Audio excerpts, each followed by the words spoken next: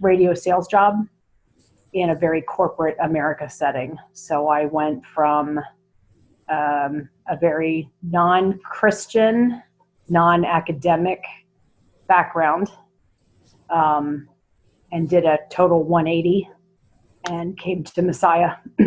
So it was very dynamic and change of two different kind of lifestyles. So, yep. Thanks, Cheryl. And when Cheryl says hybrid, she's talking about our face-to-face classes that we have.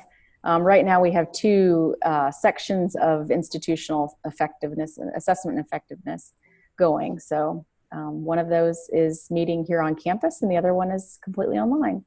But anyways, thank you so much. Is there anybody else who'd be willing to go next?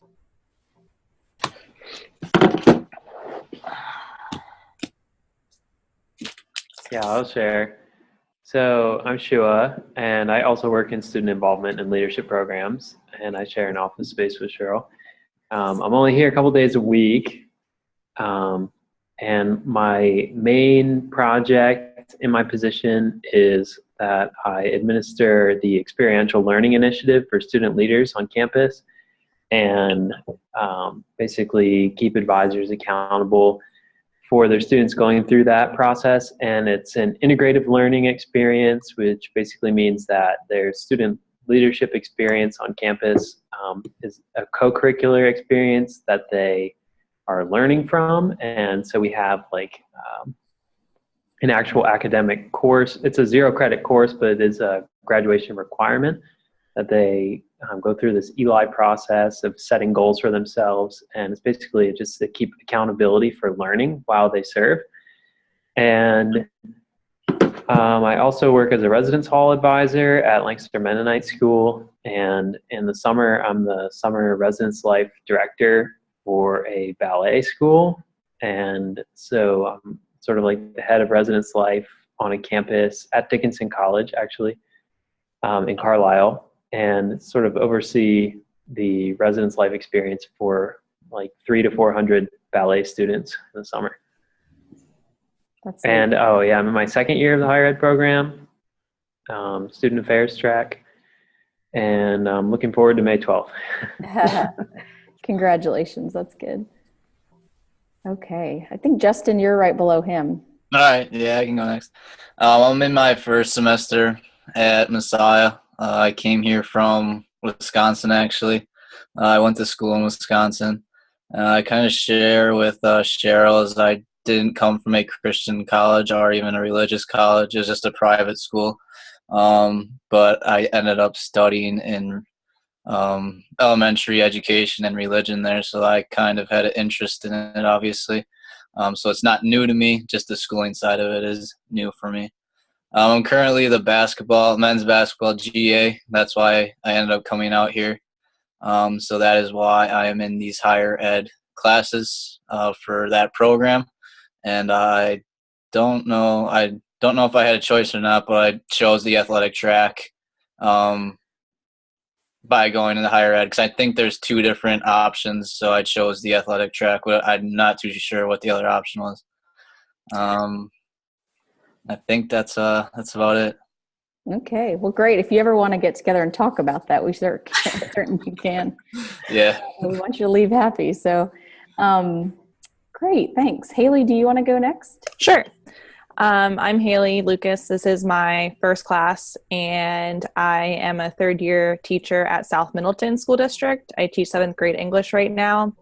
I could not be happier there. I have fewer than 100 students, and it's a school that has pretty high standards. So I have few kids. I can really work on going through all of the steps of the writing process with them.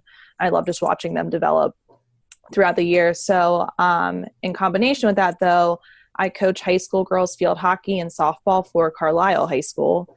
So I kind of go back and forth right now, but I'm definitely excited to start back to school. It's been 2 years and it's been a little much. That's great. And your career path is kind of interesting because you want to eventually teach teachers, right? Right. Yes. I wanted to teach English classes at a college, and I wanted to supervise student teachers. That's great. Well, that's great. Well, hopefully this will be really helpful in terms of looking at sort of the broad scope of higher education. That's the plan. Okay, great. All right, let's see. Sarah? Yeah, I'll go next. So my name is Sarah D'Arcy. I actually went to Penn State, and I first majored in fine arts.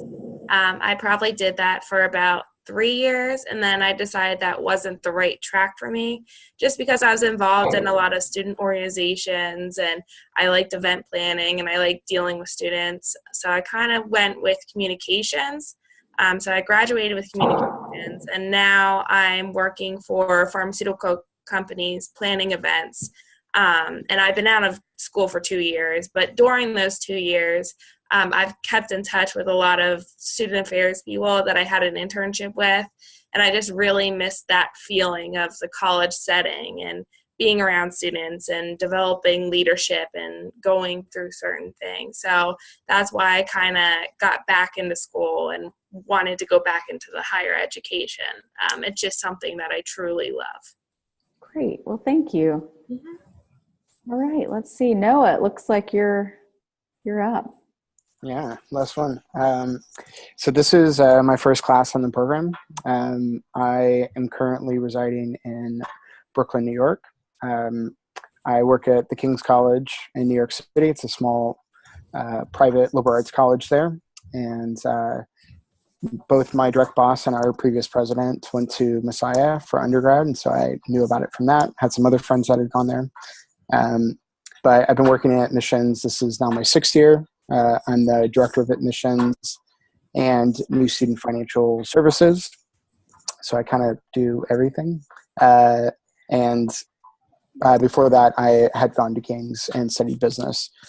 So I'm excited for the program because this is my day-to-day. And I think King's is a little unusual in its size and scope and mission and everything. And so honestly, reading about other schools is pretty fascinating because it gives me a context for one that I'm not always in. So excellent. That's great.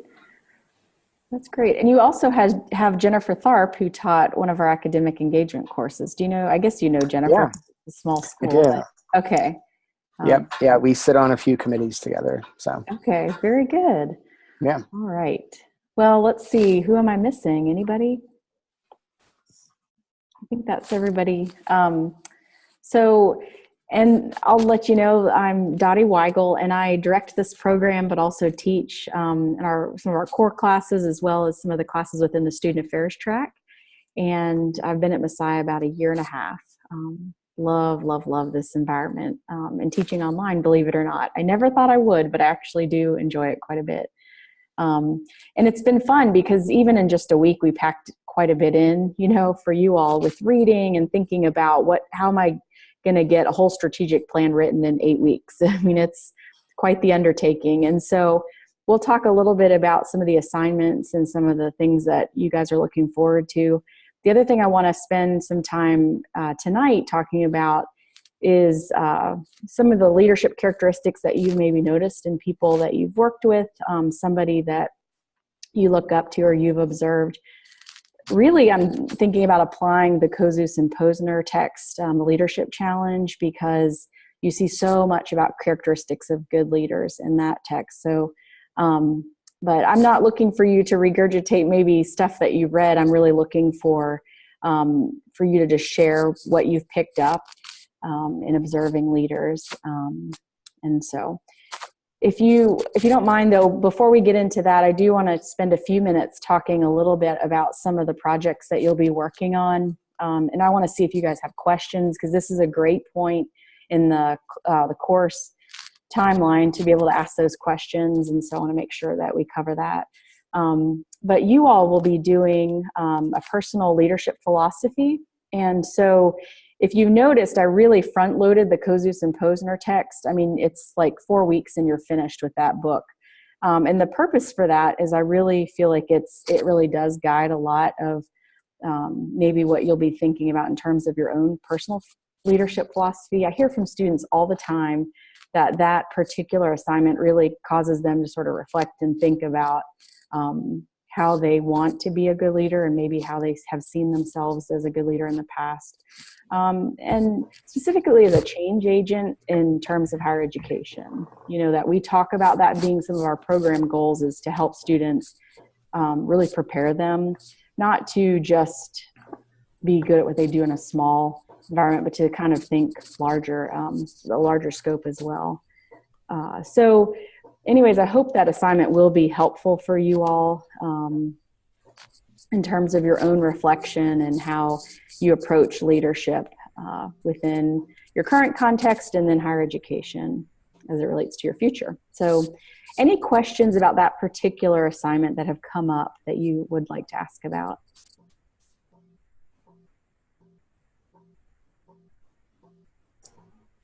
Daddy, I'm assuming that part of this comes from chapter 3, where it's talking about clarifying values. It seems like that was really getting at the essence of your personal philosophy. I'm sure the other chapters will inform that, but like, are there any good, I was kind of hoping that the book would give some leading questions that you could ask yourself.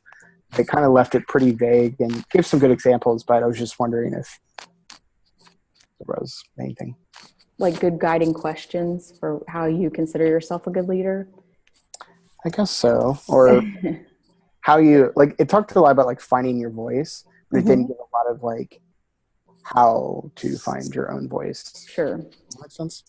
Yes. And I think that is part of this philosophy is it's a work in progress. So it's, as I think sort of forward on how I'm going to develop my leadership, I'm going to have to think about how I go about finding, the way that I speak out into my direct community, but in a larger context. They don't provide a sort of step-by-step plan. And I think that's on purpose because they don't want people to just prescriptively take something and say, this is how I'm going to develop my leadership. So I know that gives a little bit of a rub because it doesn't provide the answer, but I think that's part of the specific with this assignment is to explore. And I know that for some of you, you won't have the answers quite figured out, but how are you going to go about finding your voice? Is it about, having a certain type of mentor? Is it about, putting yourself in spaces where you're really challenged beyond your comfort zone or whatever it is? I think that's what I'm hoping that each individual person will think about what will be most helpful for them. Cool. Thanks. Yeah. Anybody else have questions on that particular assignment?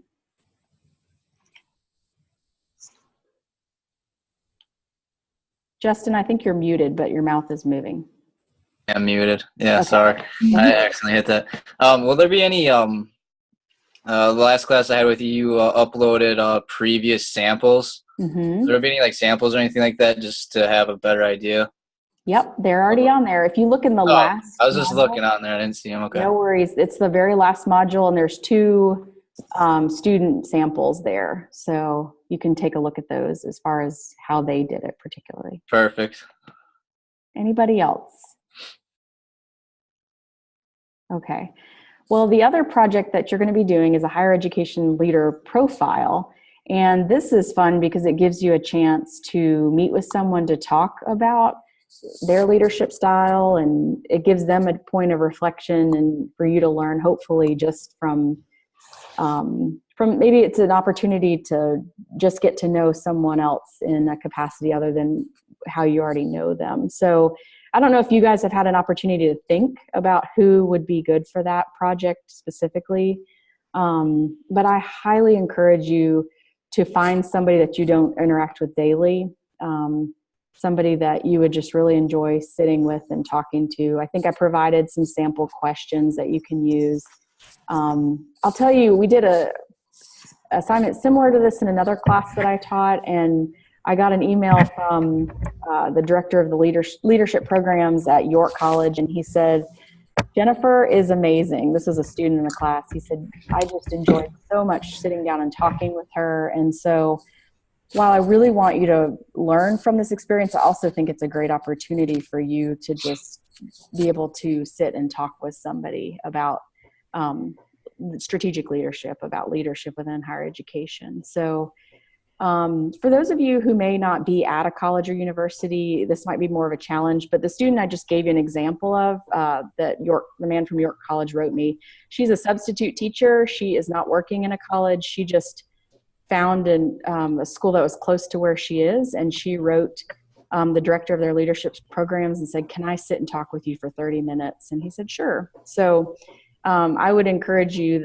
to not be concerned if you're working in another environment, to be able to reach out and ask somebody about this. You can ask somebody in another institution. You can find somebody at your current institution if you're working in higher ed right now. So there's not really like rigid parameters in terms of who, other than it needs to be like a mid-level and up, so that they have enough experience to be able to speak to this topic. So any questions about that? Okay, it's pretty straightforward, but if you have questions too, you can always follow up. That's perfectly fine, like one-on-one. And then your big project is the strategic leadership proposal, but then also the final plan. You guys are going to be working toward turning, I think the proposal comes up, is it in the next couple of days? It's due here pretty soon. I don't have it in front of me. But the idea with that is you're going to say what department or what institution that you plan on looking at, and then how you'll go about developing that. Just a very short, basically this tells me what the topic is that you're looking at. So you don't need to get into the weeds of the details of how you'll do that. This is more just the initial, this is the place and this is the rationale and why this is an important program or department to develop the strategic plan for. So any questions on the proposal? That's due. Okay. And then, okay, Cheryl. Well, I was trying to look into the syllabus, and I just kind of feel like I'm a little lost on this. Can you just explain more what you're looking for? I guess maybe for me, I've been in some of your other classes. I just feel like you were a little bit more descriptive in what you were looking for. And I know there's a couple people that this is their first class. Sure. I'm a little lost on what we are doing, what your direction on this is. Okay. So you're developing a hypothetical. It's not going to actually be implemented per se. Or if you're in a department that this would be helpful to you, that's fine. But the idea is not that you would go and make change per se. It's just sort of the model for it. But the idea is that you will give us background on the institution and the department that you're doing this proposal for. If you look at the rubric that's on Canvas, like if you look at the final project, if you click on that link, it takes you to a rubric and it kind of divides up what the different sections are. I think that's also broken up in the syllabus, but I know it's in the rubric on Canvas. And you'll see you have to have a SWOT analysis, the strengths, weaknesses, opportunities, and threats. You'll see that you have to have information on the goals that you're setting up. These are my 4 goals for this department. You'll see that there are there's a timeline for how am I going to go about implementing this plan. In the fall, I'm going to do this specifically in the early fall or late fall. So it's basically this larger project that's made up of these smaller pieces that we'll kind of be talking about over the next 8 weeks. But if you need the specifics on what is going to be the final requirement, that's basically what it's going to be. It's going to be made up of all these smaller parts. And then the final product will be, and there are samples on Canvas, I believe. I uploaded a couple of those. But the final project will basically, someone will look at this and say, oh, here are the goals. Here are the outcomes that they hope to accomplish, and here are the steps, and here are the strengths, weaknesses, opportunities, and threats, and here are, there's the timeline and all these pieces that fall into it. And would you like us to try to keep the area that we're going to do this for to be a student affairs area, or could it be an academic area? Like, are we free to pick an area of our choice? Sure. I think that if you do an academic area, you might try to make a strategic plan for a new major or a new minor, or, a new early alert system, or a new advising plan. Those kind of things I would think about being more along the lines of an academic sort of focus.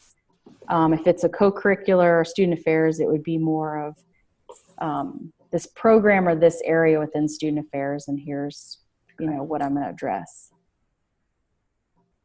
So last year, I don't know if did I upload the example of that Josh Burkholder did.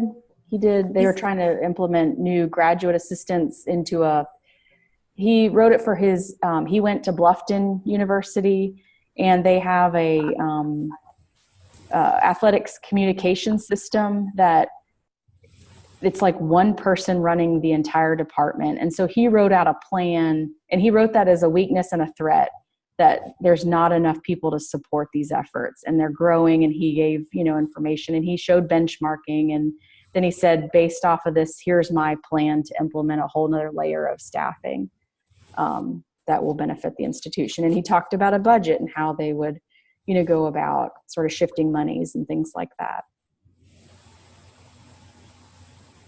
Is that helpful, or it's probably still a little bit gray because we just finished the first week. And hopefully it'll make more sense as we kind of pick up. But basically that's essentially what it ends up being as the final product. Thank you. Mm-hmm. Daddy, if we have an idea, could we talk with you offline or email offline about it? Absolutely. Okay. All right. Well, any other questions about the flow? I will have some feedback for you all on the first week's discussion, so basically where you stand with those as you're moving forward, because we'll have those throughout the rest of the 8 weeks. And then if you have any specific questions, then you can always certainly follow up with me one-on-one. But any other questions about the assignments or anything related to the course as we're kind of moving forward with this?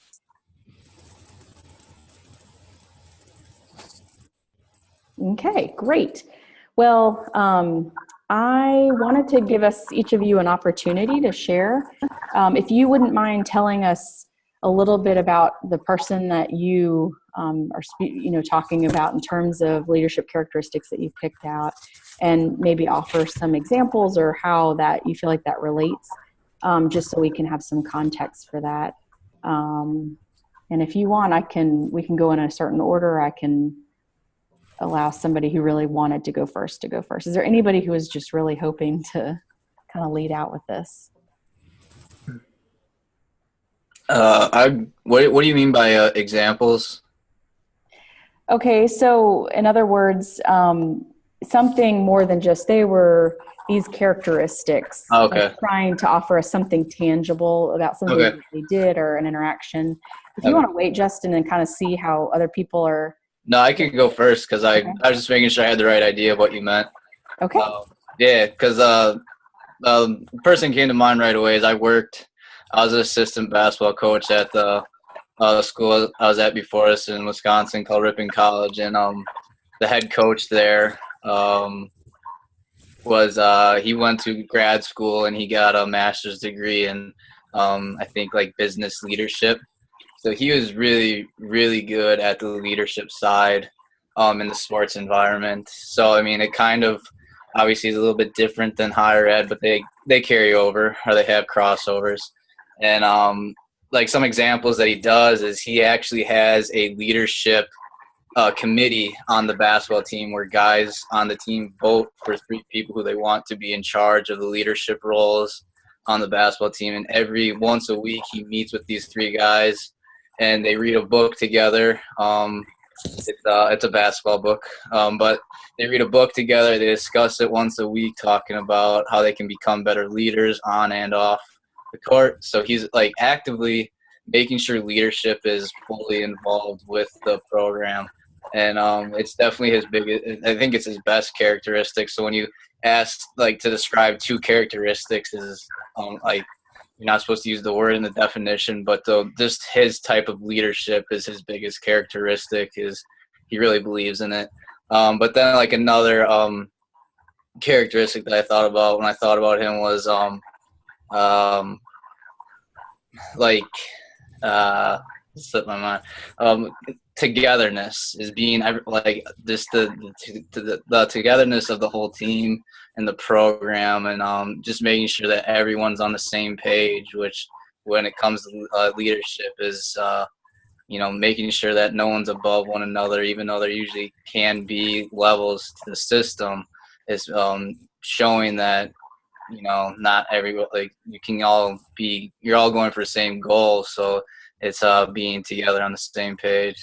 I don't know if togetherness is the best word to think about, but it's one of his like core values was togetherness. Okay, great. Well, I love how you thought of him immediately. That's probably a telltale sign. And those are good examples, somebody who doesn't just teach by words, but actually hands you a resource and also follows up with it as well, I think is really key. So that's good.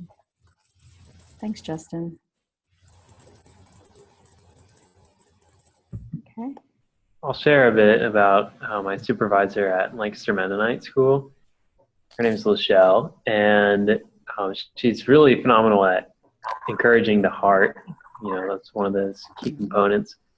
And she's going to have a baby this week. She's going on maternity leave for 12 weeks starting this week. So I feel like it's going to be tough to like not have her around encouraging the heart all the time. So that's something that I'll miss. But I would say something that stands out in her leadership is just establishing her values and sharing that, being consistent with her values. She just really cares about the team. She cares about the students, and you see that, and she articulates that, and she shows it. And she's definitely like somebody who I would say like I'm learning from, and I'm happy to work for. And she's a terrific supervisor because of that. It's like I want to participate in a relationship with her because she's just a good person. Good. Thanks, Shua. That's great. I'll go next. For mine, I immediately thought of my student teaching supervisor, Dr. Schmidt. And student teaching is a very intense semester in college. And with Dr. Schmidt, she was very open and encouraging. I was never nervous about her coming into my classroom to observe me. And my whole group, there were about 7 of us, I would say that we all looked forward to practicum every week, which is not usual for most. But she was just open, and you could really, if you had a genuine question, you weren't afraid to ask her. She encouraged that, and you would get great feedback from her. But at the same time, another strong suit of her leadership was that she held you accountable. If you didn't have a strong exit ticket, you didn't have a strong exit ticket, and she would work through that with you. But she also held you to the standard that she knew you could achieve and that she wanted to push you towards, because that's also part of being a good leader. And I definitely admire her for doing that. That's neat. That's good. Well, I'm especially glad for you for that experience, because you're right. I've heard on multiple accounts about how challenging that process can be with student teaching. So good. Thank you. I can go. Okay. Woman, I've had a lot of people that I've kind of been led under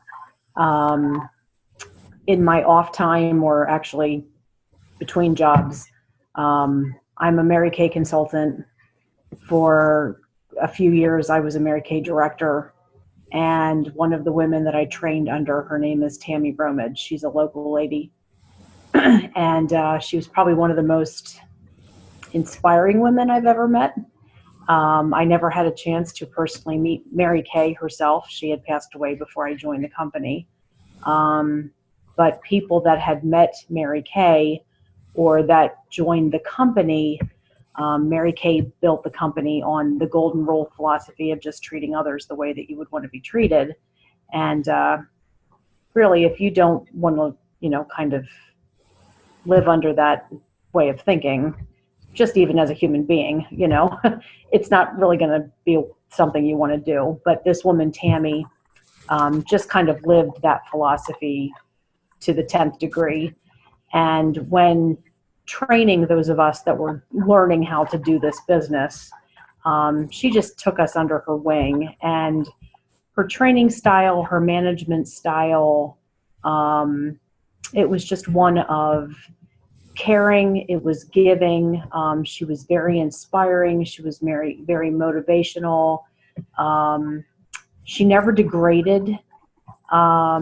She was the kind of person that, we read it in the book, she talked the talk, she walked the walk. She was not the kind to just say, go do this while I sit back and kind of reap the rewards. She was out there doing the work just like everybody else was. She was just somebody that you wanted to be in her, you wanted to be in her aura. You just wanted to be in her influence and in her circle and in her space. And, she was the kind of person that if you were having a bad day, you wanted to be around her, because when you left her space, you left feeling better.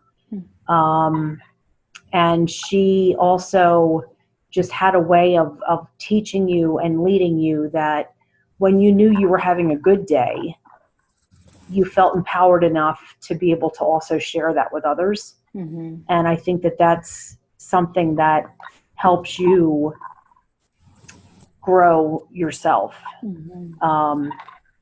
And I think building confidence is just so powerful to take you to the next step. Mm-hmm. And a good leader will do that. They'll help you grow. And not everybody can do that. Not everybody can help somebody grow like that and help others, build that confidence in themselves. Absolutely. So that's really good. Good examples.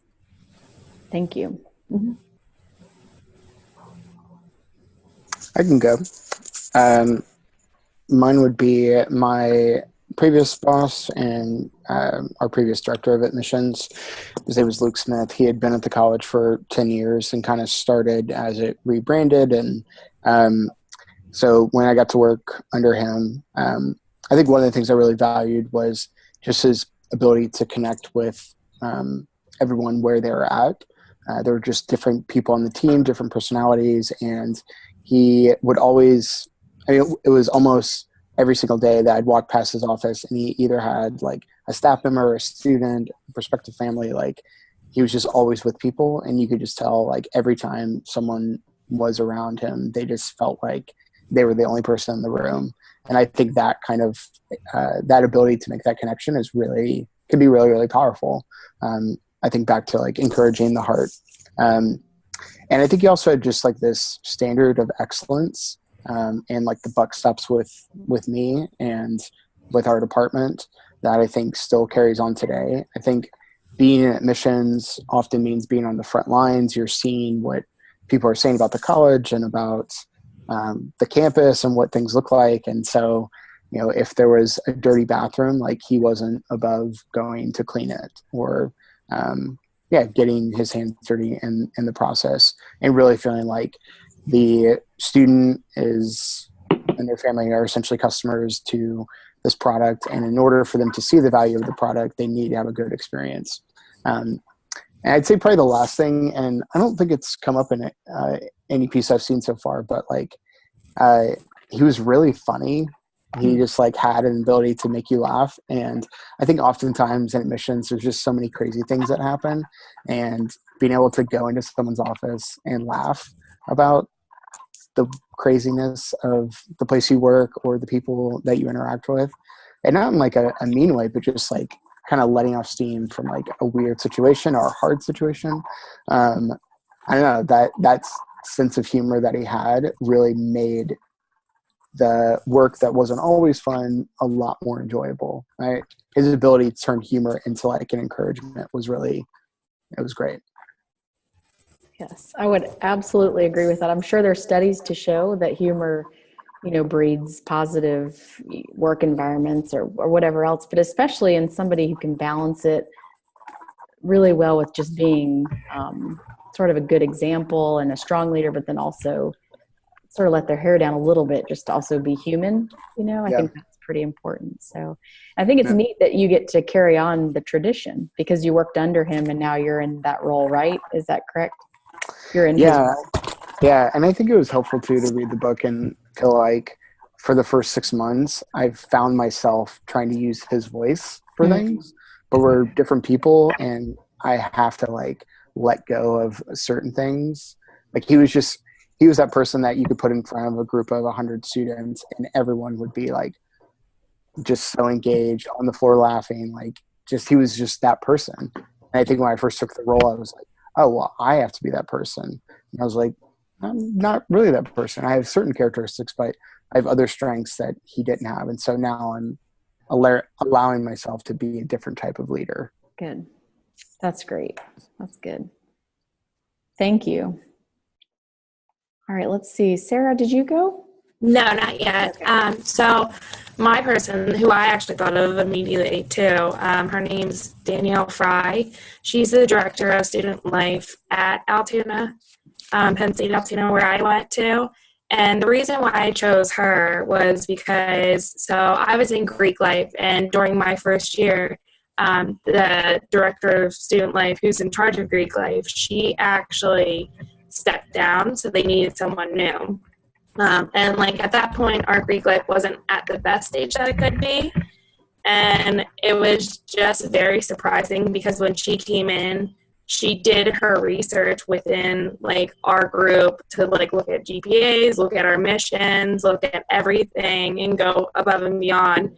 And then kind of set goals for us and just be like, listen, like, I know you guys are very strong and like, you can do what you want to, and I want to push you there. And I guess like for me, she just has like a lot of integrity and like conviction, and she just believes in it, and she has a goal. But within that, she would create goals, but then she would have workshops with us to kind of like revise and to go over things and to see like where we wanted Greek life to end up.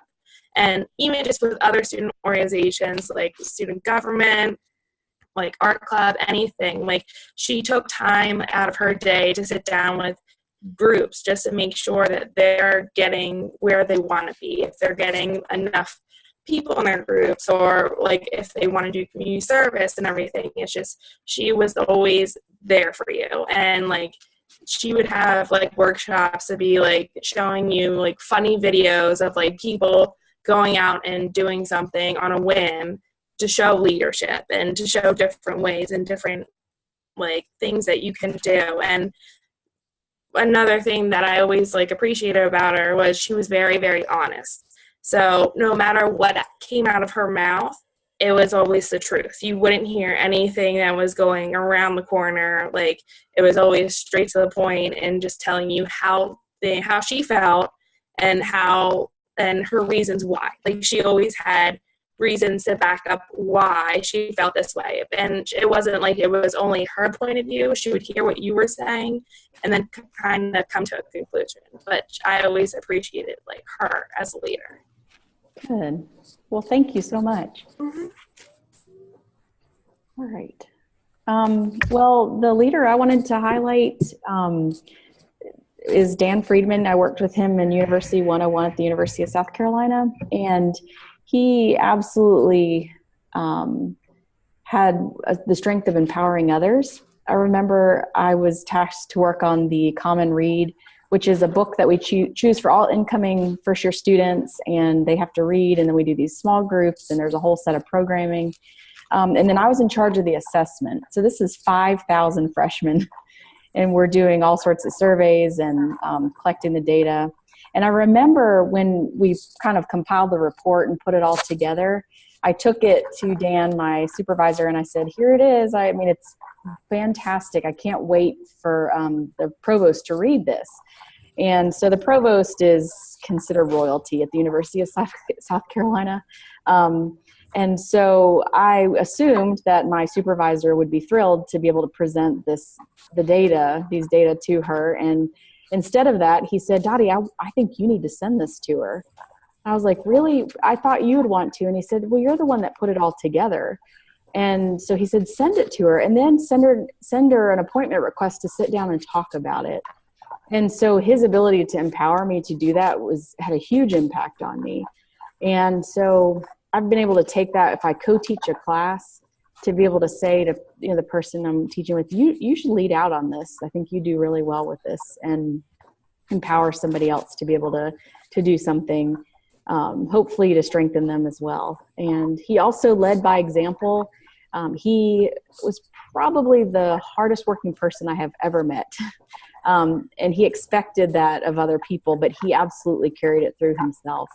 And he was very, very well managed with his time. And so he helped us manage our time well. And so I think his ability to lead by example and then also empower us to be able to lead had a strong impact on the way that I sort of carry out things as well now. So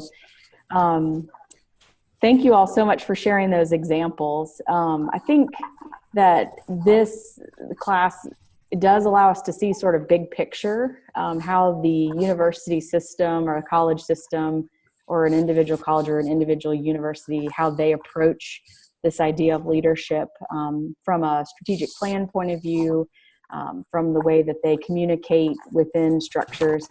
And so, but I also think it's about thinking about how you are as an individual leader as well. So hopefully that first week, I know some of the reading can be a little dense there at the beginning, especially in the Dickinson book, but I think it's really helpful in terms of thinking about the approaches to strategic leadership. So this coming week, we're going to get into even more, and then like I said, we'll talk a little bit more as we go about how you're going to go about creating your strategic plans, and we'll kind of go from there. Do you have any questions about the readings or about the assignments or anything else related to the class that you wanted an opportunity to sort of follow up?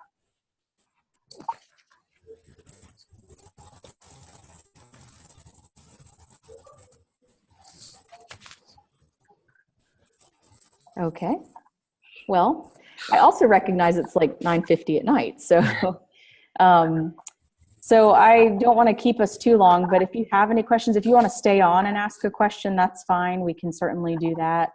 Or if you'd like to reach out individually via email or try to set up a phone call, I'm happy to do that as well. Dottie, can I stay on afterwards and ask about the assignment? Yes, absolutely. Okay. All right. That sounds great. If there's anybody else that needs to connect, we can also connect. Cheryl, I'm going to email you because I know we need to connect about earlier tonight. We'll do that over email if that's okay. Sounds good. All right. Well, then I hope you all have a wonderful evening and a good week. Stay warm if you're in cold areas. And I'll send you all information on our second Zoom meeting. We'll have 2 for this whole 8-week session. It'll be probably in another 6 weeks, but I'll send you that information here very shortly. Okay. Thank you so much. Good night. Thank you. Sure.